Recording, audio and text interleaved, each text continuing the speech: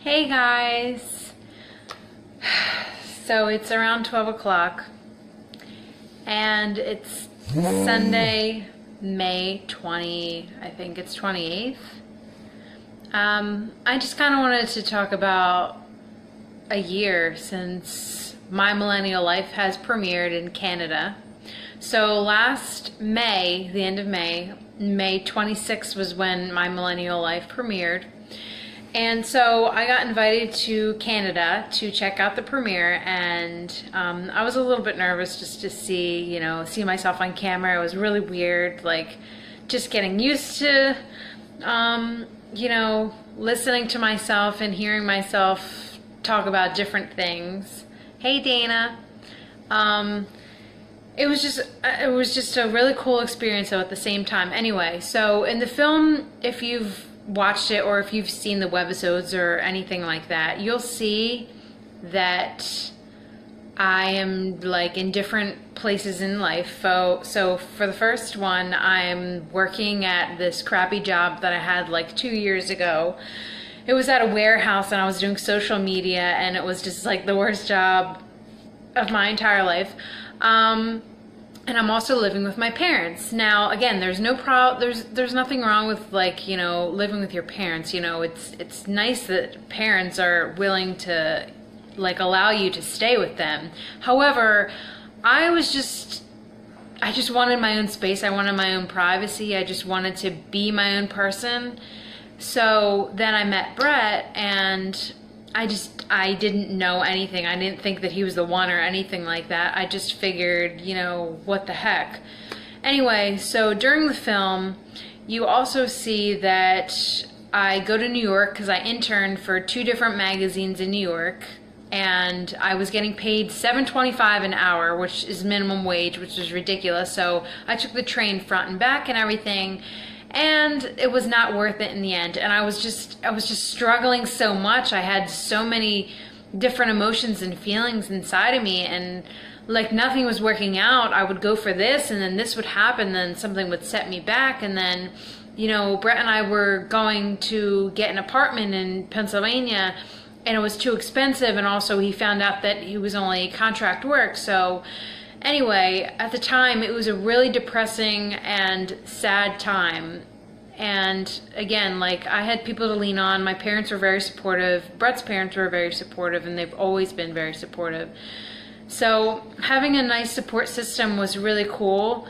However, I was still very frustrated. So anyway, you see me living in Tennessee. And I just got a dog. His name was Ollie 2 years ago.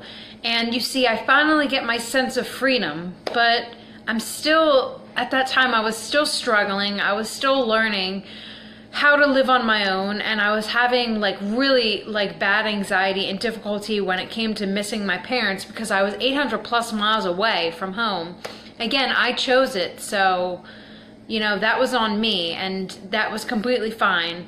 But at the same time, I just felt living so far away from your parents and your family, it's really difficult to kind of get used to that climate. And also, I was dating Brett for 15 months at that point, and it was a little scary just because I didn't know that we were gonna get married. I didn't know if he was the one or anything like that.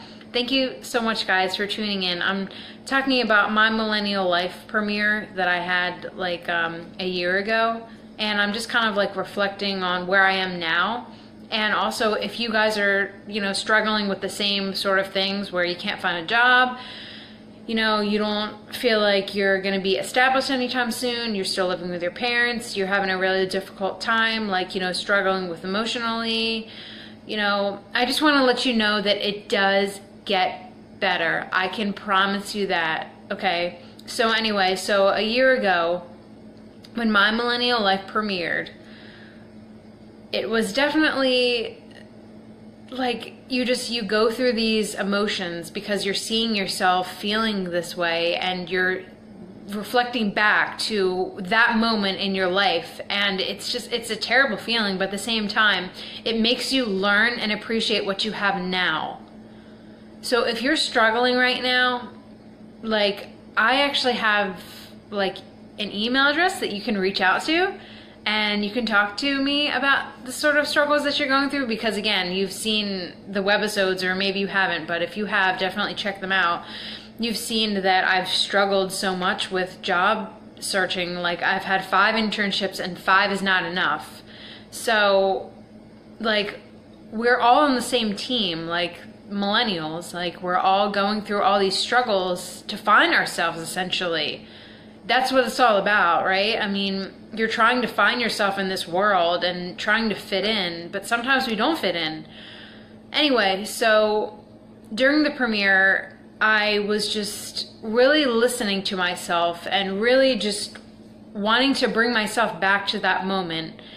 Because a lot of times, for me personally, I forget to appreciate what is around me. And maybe we're human beings, like we forget, like we forget to appreciate how supportive our parents are. We forget that how supportive our significant other is. Like, we're all humans, it happens, So anyway, it's a year later, and I'm living in Greenville, South Carolina, and I have this beautiful apartment, and guess what? I'm married, and I have a great job. I finally found a full-time job that I really love.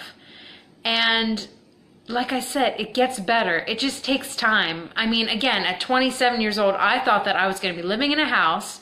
I thought that I was going to be married. I thought that I was going to have at least 1 or 2 kids. But at the same time, you need to appreciate where you are at right now, because it's going to get better. It can't get worse. Like, you can't go backwards. I feel like you can't go backwards. You have to go forwards. So I'm just letting you guys know that if you are struggling to find jobs, you will get there. You will find a job.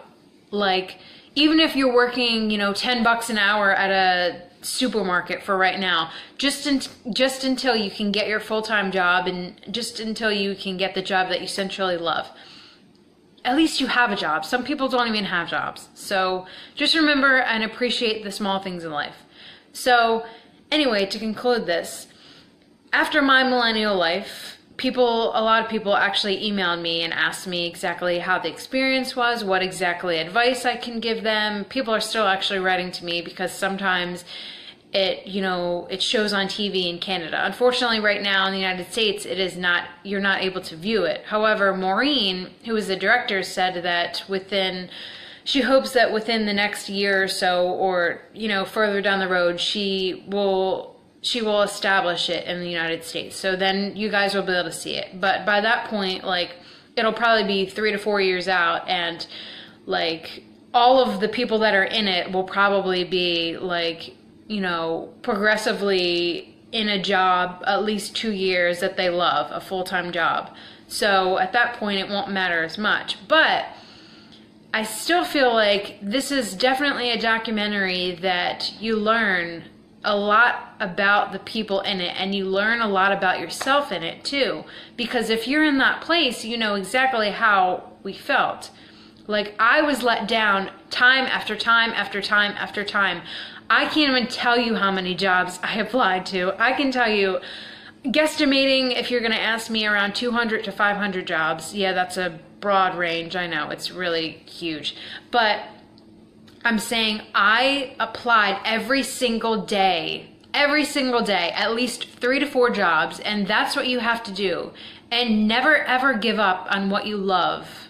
If you love writing, continue to write. Find platforms. If you love art, visit local artist galleries, maybe volunteer, do some internships, do anything to get your foot in the door. It doesn't matter. I mean, I have had so many unpaid freelance gigs that it's unbelievable, but I just wanted to take them because I knew that experience was the best thing for me.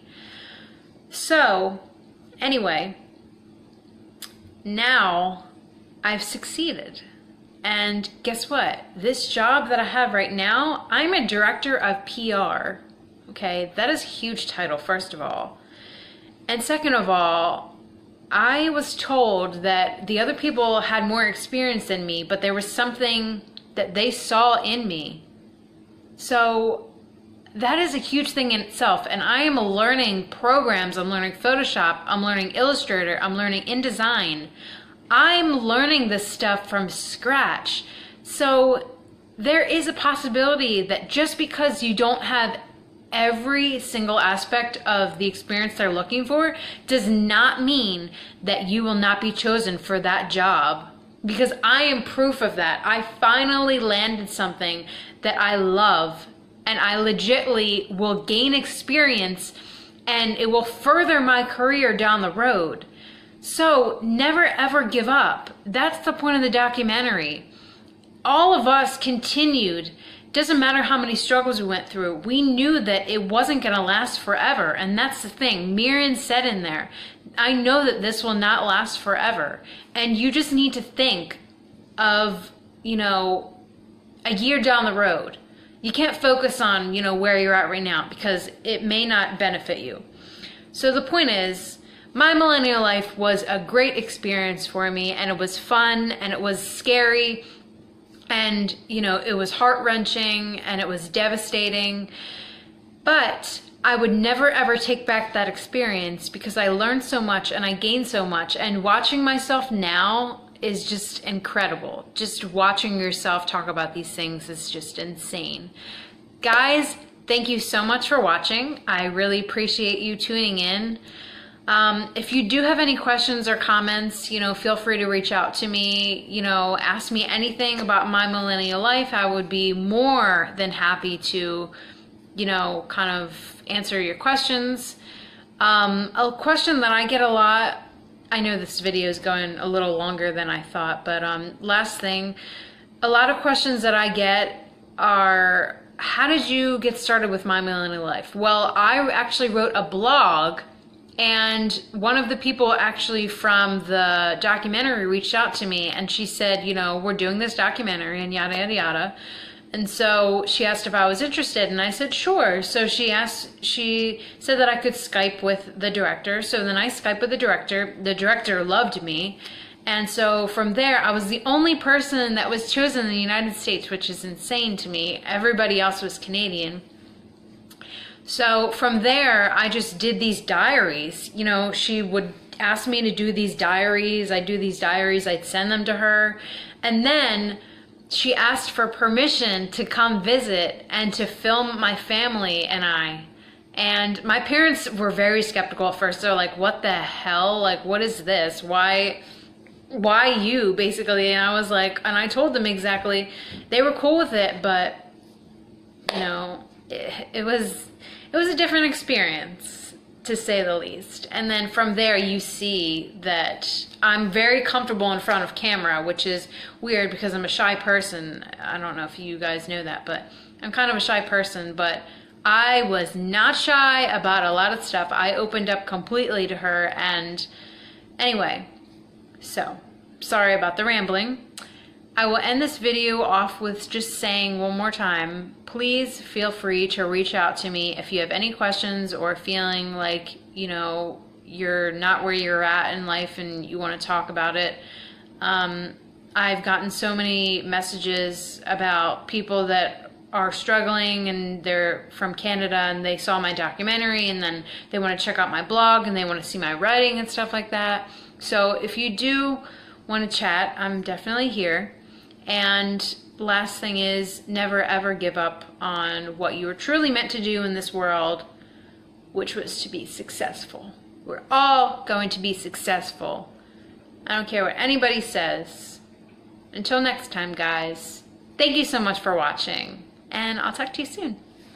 Have a great Memorial Day. Enjoy it. Bye.